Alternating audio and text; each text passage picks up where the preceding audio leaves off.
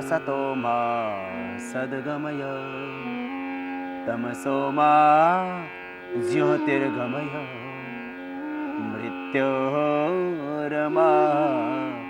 अमृतं गमय। ओम शांति शांति शांति।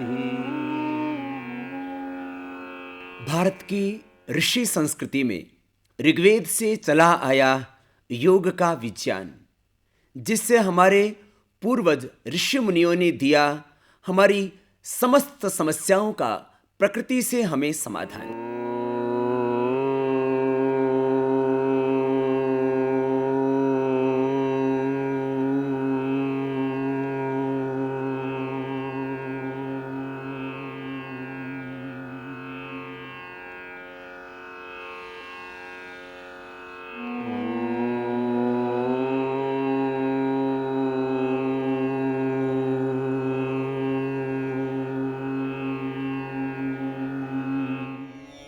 बालों की सुरक्षा के लिए हम आपको बता रहे थे कपालभाति और अनुलोम विलोम प्राणायाम। कपालभाति अनुलोम विलोम 15-15, 20-20 मिनट करने से निश्चित रूप से समस्त केस रोगों से, बालों की सभी समस्याओं से छुटकारा मिलता है। चाहे वो समस्या बालों के झड़ने की हो, या बालों में रूसी की हो, या बालों की पूरी ग्रोथ की हो। बालों की पूरी ग्रोथ ना होना, असमय में बालों का सफ़ेद हो जाना, बाल बहुत पतले पतले हो गए हैं, सभी अवस्थाओं में कपालभाति और अनुलोम विलोम प्राणायाम,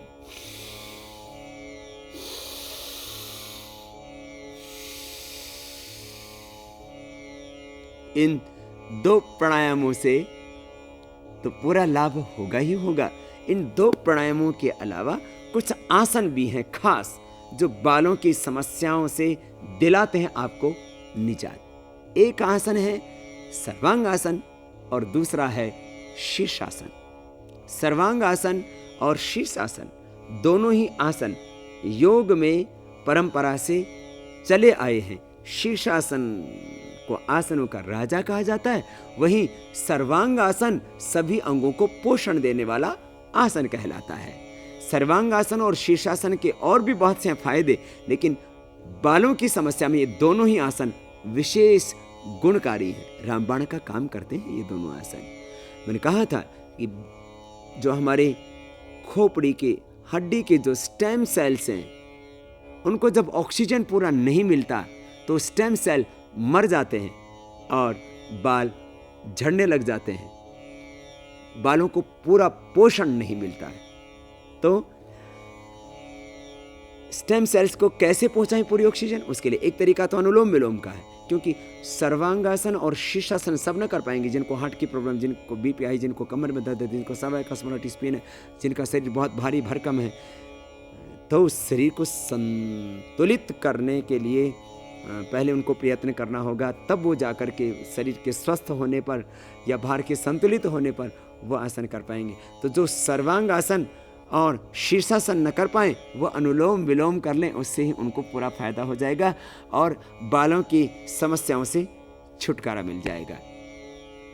अब आपको बता रहे हैं हम बालों की समस्या के लिए प्रथम सर्वांग आसन का अभ्यास। सर्वांग आसन बालों की समस्या के लिए बहुत खास है, और सर्वांग आसन के लिए पहले सीधे लेट जाते हैं और सीधे लेट करके हम दोनों हाथ जंघों के पास रखते हैं, पैर दोनों मिले हुए, और अब सांस अंदर भरते पैरों को ऊपर उठाते हैं। पैर जब 30 फिर 60 डिग्री पर उठ जाते हैं, फिर पीछे ले जाते हैं पैरों को 160 डिग्री पर, और अब पैर 90 डिग्री पर पूरे सीधे कर देते हैं। अब श्वास चलता रहेगा, श्वास रोकेंगे नहीं। दोनों हाथों को उठा करके कमर के पीछे लगा दिया, दोनों पैर पूरे ऊपर सीधे, और अंगूठे से अंगूठा मिला हुआ। थोड़ी देर इसी स्थिति में रुकते हैं। 2 मिनट से लेकर के 5 मिनट तक इसका अभ्यास करना चाहिए। श्वास की गति सामान्य,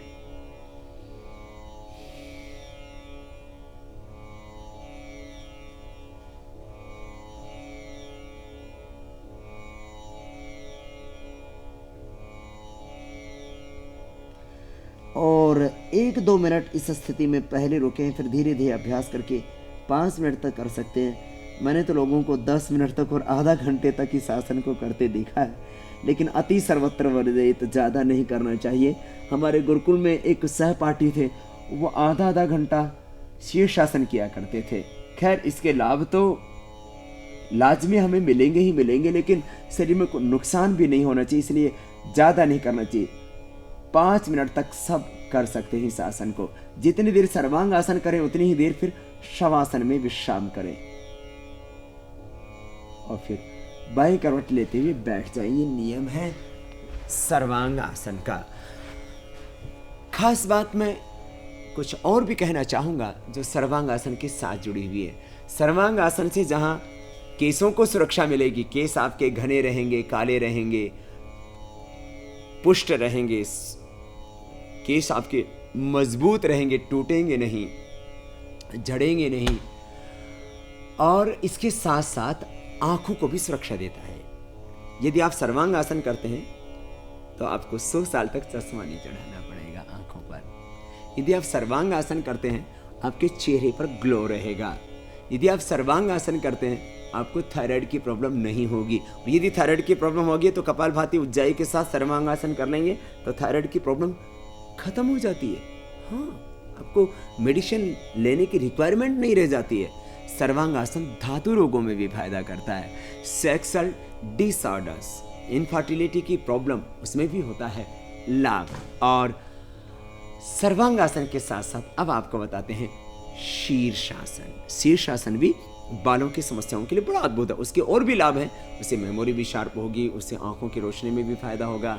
और सर्वांग आसन को, जैसे कि मैंने कहा कि आसनों का राजा कहा जाता है शीर्षासन को, और सर्वांग आसन से सभी अंगों को पोषण मिलता है। तो शीर्षासन आंखों के लिए, दिमाग के लिए, पूरे शरीर को शक्ति देने के लिए, धातु रोगों के लिए बहुत फायदे हैं शीर्षासन के। तो शीर्षासन के लिए आपको पहले तैयार होना होगा। प्रारंभ में आप जब करेंगे तो आपको ऐसे एक घेरा बनाना होगा एक वस्त्र का, और उसके साथ आप करेंगे तो ज़्यादा उपयुक्त होगा। ऐसे बना करके टॉवेल से या कोई कपड़े से एक आपने ये घेरा बना लिया, और उसके बाद आप पहले दीवार के साथ करते हैं और बाद में अभ्यास होने के बाद में दीवार की आवश्यकता नहीं रह जाती है। दोनों हाथ की अंगुली को इंटरलॉक करते हैं और इंटरलॉक करके आप पहले माथे का ये भाग लगभग 2 अंगुल तक जहाँ केस है वहाँ, और 2 अंगुल लगभग ये हिस्सा, ये लगभग ये जो हिस्सा है ये आपका जमीन पर टिका हुआ होगा। दोनों हाथ की अंगुलियों को इंटरलॉक करके रखते हैं और पूरे शरीर का भार कोहनियों पर और हाथों पर बैलेंस करते हैं, सिर पर बैलेंस करते हैं।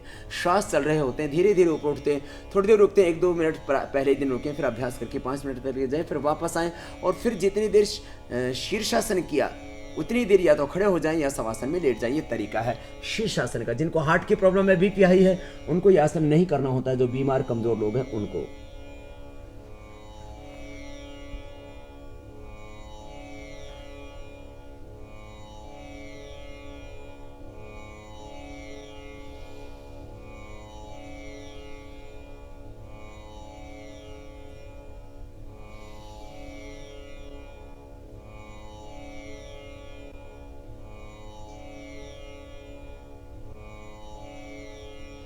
शीर्षासन में श्वास चल रहे होते हैं, पेट अंदर चला जाता अपने आप, तो इसमें श्वासों की गति सामान्य होगी।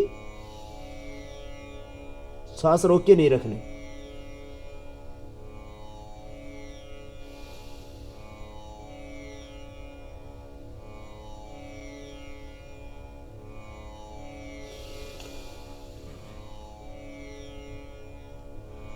और एक खास बात यह भी कि इसमें घुटने सीधे होते हैं, पंजे ऊपर की ओर तने हुए होते हैं, अंगूठी के पास अंगूठा होता है।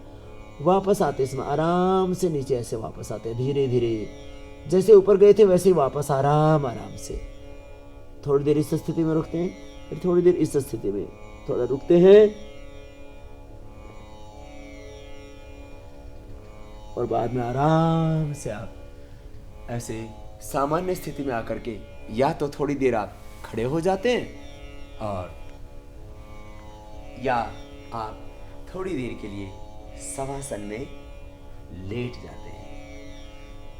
शीर्षासन करने के बाद, क्योंकि रक्त का दबाव हमारे मस्तिष्क की ओर अधिक हो जाता है। शीर्षासन करने के बाद चेहरा भी लाल हो जाता है। तो आप शीर्षासन करने के बाद या तो खड़े हो जाएं या शवासन में लेट जाएं। शीर्षासन से जहां आपके बाल स्वस्थ रहेंगे वहीं आपके चेहरे पर लालिमा रहेगी, आपको धातु रोग नहीं होंगे, आपकी कार्यक्षमता बढ़ेगी। 100 साल तक तच्चक्षुर्देहितम पुरस्ता चक्रमुच पश्चिम सरदा सतम। 100 साल तक इन आंखों से आप इस सुहानी दुनिया को देख पाएंगे। तो एक योगासन के अनेक फायदे हैं। योगासन का मकसद केवल एक रोग को मिटाना नहीं, योगासन हमारे पूरे इंटरनल सिस्टम को हेल्दी बनाते हैं। तो हम एक बीमारी के लिए कोई योगासन या प्राणायाम करते हैं, उसके साथ साथ अनेक बीमारियां हमारे शरीर की दूर हो जाती हैं। आप बालों के लिए कर रहे थे शीर्षासन, उससे आपकी आंखें भी अच्छी होगी, आपके शरीर में ऊर्जा भी आ जाएगी। आपको यदि कोई धातु रोग हैं वो भी मिट जाएंगे और 100 साल तक आप निरोग रह करके बिना बीमार हुए एक स्वस्थ जिंदगी जी पाएंगे। योग हमें दीर्घायुष्य देता है, योग हमें रोगों से बचाता है और योग बीमारियां होने के बाद उसका स्थायी समाधान देता है। तो इसलिए आइए हम सब मिल करके योग की शरण में आए। योगम शरणम गच्छामि। सर्वे भवन्तु सुखिनः, सर्वे सन्तु निरामयाः, सर्वे भद्राणि पश्यन्तु, मा कश्चित् दुःखभाग् भवेत्। ॐ शान्ति शान्ति शान्तिः। यह जो वृक्ष है जिसको आप देख पा रहे हैं, इसका नाम है बबूल या कीकर। बबूल के नाम से या कीकर के नाम से यह पूरे देश में बहुत ही प्रचलित पौधा है। आकाशीय नीलोटिका का यह जो पौधा है पूरे देश के अंदर, भारतवर्ष के अंदर बहुत हजारों साल पहले से ही इसके औषधीय प्रयोग के विषय में हमारे ऋषि लोग करते आए हैं। इसका जो प्रयोग है, विशेष करके जो हमने देखा, जितने भी जो प्रमेह या प्रदरजन्य जो व्याधियां हैं, जिसको आजकल यौन रोग कहा जाता है, उन यौन रोगों के लिए यह बहुत ही एक अचूक और एक अद्वितीय औषधि है। उसके लिए आपको क्या करना है कि बबूल की जो ये पत्तियां हैं, इन पत्तियों को छाया में सुखा दें। सुखा करके यदि प्रातः सायं 1-1 चम्मच पाउडर पानी से भी ले लें तो कितनी भी भयानक प्रदर की शिकायत है, जो लेडीज़ को लिकोरिया की जो शिकायत होती है, उसके लिए यह बहुत ही अच्छा है, बहुत ही कारगर है। और जिन लोगों को, जिन पुरुषों को प्रमेह की शिकायत है, धातु रोग है, उन लोगों के लिए भी यह बहुत ही कारगर है और बहुत ही उत्तम औषधि है। हमारे यहाँ प्राचीन काल से ही कीकर की गोंद के लड्डू का प्रचलन है। तो इसके कीकर के पेड़ में से एक गोंद निकलता है, जो गोंद बाज़ार में भी उपलब्ध होता है। तो उसको भून करके, पाउडर करके, उसके अंदर आटा या बेसन के द्वारा मिला करके, और कुछ चाहें तो और ड्राई फ्रूट्स भी मिला सकते हैं, शक्कर या चीनी मिला करके लड्डू बनाया जाता है। वो लड्डू वास्तव में बहुत ही पौष्टिक होता है। जितने भी तरह के जो धातु रोग से पीड़ित जो रोगी हैं, उन रोगियों के लिए भी वो बहुत ही लाभकारी होता है। तो बीमारी या तत्जन्य जो वीकनेस है, कमजोरी है, उसके लिए यह बहुत ही लाभकारी और बहुत ही गुणकारी प्रयोग है कीकर का। कीकर की फलियों के अंदर भी बहुत ही ज़्यादा प्रदर या प्रमेह क्षमता दूर करने की क्षमता है। वह उसके लिए जो कच्ची फलियां होती हैं, इस बबूल के अंदर जो कीकर की फलियां आती हैं, उन फलियों को आप सुखा करके छाया में पाउडर करके सुबह शाम यदि आप लेते हैं 1-1 चम्मच, चाहे तो उसमें आप मिश्री मिला लें, मिश्री मिला करके सुबह शाम 1-1 चम्मच लेते हैं तो भी प्रमेह और प्रदर जैसी जो बीमारियां हैं वो ठीक हो जाती हैं। उसके अंदर संकोचन गुण है, उससे आप देखेंगे कि जिसको दस्त लगते हों बार बार, जिनको कोलाइटिस है, उन लोगों के लिए भी कीकर की जो फली है वो बहुत ही गुणकारी है। कीकर की कच्ची फलियों में से एक तरह का चिपचिपा पदार्थ निकलता है, उसको गोंद भी कहा जाता है। गोंद एक तो पेड़ में से निकलता है, एक चिपचिपा पदार्थ उसके फलियों में से निकलता है। फलियों में से निकला हुआ जो चिपचिपा पदार्थ यदि रुई में या पतले कपड़े में लेकर के उसको सुखा दें और उसका जो है स्तन पर यदि डेली उसको माताएं बहनें यदि उसको लगाती हैं तो लगाने से स्तन जो है वो कठोर हो जाते हैं। जो फैले हुए जो स्तन होते हैं या स्तन के अंदर कोई गांठ होती है तो गांठ भी घुल जाती है। इस या तो कच्चे फलियों को भी की करके कच्ची फलियों को पीस करके भी लेप कर सकते हैं स्तनों के ऊपर, उससे स्तन कठोर होते हैं, या उसके अंदर गांठ हो तो गांठ घुल जाते हैं। दोनों ही चीज़ में वो बहुत ही कारगर है, बहुत ही लाभकारी है। और जिनके मुंह में छाले हैं, मुंह के छालों से यदि आप बहुत परेशान हैं तो उन स्थितियों में भी आप कीकर की पत्तियों को यदि सिर्फ चबाते हैं तो चबाने मात्र से भी चबा करके उस पानी को लार को अंदर भी ले सकते हैं। आप चाहें तो बाहर निकाल भी सकते हैं। तो अंदर लेने मात्र से, चबाने मात्र से भी आपकी जो मुंह के छाले हैं वो हमेशा के लिए ठीक हो जाते हैं। जो मुख का दुर्गंध है वो दुर्गंध भी हमेशा के लिए ठीक हो जाता है। और कीकर की पत्तियों का पाउडर जैसा मैंने बताया जो नियमित रूप से यदि आप लेते हैं तो उससे जो पसीने की बदबू है, दुर्गंध है, या जिनको बहुत ही ज़्यादा पसीना आता है वह भी उससे ठीक हो जाता है। और प्राचीन काल से ही हम सब जानते हैं कि कीकर के दातुअन के विषय में, बबूल का दातुअन जो है बहुत ही प्रसिद्ध है दांतों के लिए। इसका दातुअन बहुत ही गुणकारी होता है। और जिन लोगों को पेट की बीमारी है, पेट के रोगों के लिए भी यह बहुत ही एक कारगर उपाय है। यह कीकर की जो फलियां होती हैं उन फलियों को आप यदि उसका पाउडर करके उसमें थोड़ा सा सौंठ मिला दें, थोड़ा सा हरड़ मिला दें, हरड़ मिला दें बराबर मात्रा में, सौंठ मिला दें, जितना आप हरड़ मिलाएंगे उससे 1/4 सौंठ मिला दें। सौंठ, हरड़ और कीकर की फलियाँ तीनों चीज़ को मिला करके पाउडर करके आप प्रातः सायं या रात्रि को 1 चम्मच गर्म पानी से लेते हैं तो जो पेट का अफारा है, जो ऐंठन है या बार बार मल ठीक से नहीं निकलता है, उसके लिए भी यह बहुत ही गुणकारी है, बहुत लाभकारी है। और अरुचि के लिए भी, जिनको भूख वगैरह कम लगती हो या खाने में अरुचि हो, वो लोग भी कीकर की पत्तियों को भी यदि आप नित्य प्रति थोड़ी सी 5-7 पत्तियाँ सुबह उठ करके डेली चबाते हैं तो उससे भूख भी लगेगी, लीवर भी ठीक होगा, और जो अरुचि है, जो मंदाग्नि है, जो मुख का दुर्गंध है, वह भी ठीक हो जाएगा। यह बहुत ही गुणकारी है, बहुत ही लाभकारी है। और दांतों के लिए, दांत की किसी भी तरह की समस्या है उसके लिए भी यह बहुत ही लाभकारी है। आँखों के लिए भी कीकर का जो प्रयोग है बहुत ही लाभकारी है। आँख के लिए आपको इस कीकर की ताज़ी पत्तियों को पीस करके लुगदी बना करके आँख में रखना है। उसको रखने मात्र से आँख की लाली और जो आँख में जाला है, धुंधलापन है, उसमें पूरा लाभ होता है। तो इसके लिए कि आप जितने भी जो आँख की समस्याएं हैं, मुख की हैं, दुर्गंध वाली, और विशेष करके जैसा मैंने कहा प्रमेह और प्रदर रोग, जो आज हर घर की, हर व्यक्ति की समस्या बन चुकी है। आज उस समस्या से बहुत लोग पीड़ित हैं, बहुत लोग दुखी हैं। उसके लिए कुछ ऐसी औषधियाँ या उपाय भी आज नहीं हो पा रहा है। उन सब के लिए यह कीकर का वृक्ष अमृत हो सकता है। कीकर का वृक्ष उनके लिए वरदान साबित हो सकता है। तो इसका हम प्रयोग करें, इसके औषधीय गुणों से हम भरपूर लाभ उठाएं। पहले गाँव में, आसपास में, बहुत मरुस्थल के जो क्षेत्र में जहाँ कीकर के पेड़ बहुत ज़्यादा दिखाई देते थे, आज उतने वृक्ष नहीं दिखाई देते हैं। तो हम इन वृक्षों को लगाएं, वृक्षों को बढ़ाएं और इन औषधीय गुणों से लाभ लें। इसके अतिरिक्त एक इसकी और विशेषता है, आप देख रहे हैं इसके अंदर बड़े पीले पीले फूल आते हैं, फूलों के अंदर बड़ी भीनी भीनी खुशबू होती है। ये पुष्प, इसके जो फूल हैं वो बहुत ही पौष्टिक होते हैं। तो इन पुष्पों को भी हम छाया में सुखा करके पाउडर करके बराबर मात्रा में मिश्री मिला करके सेवन करें तो यह बहुत ही ताकतवर हैं, बहुत ही ताकत को देने वाले हैं।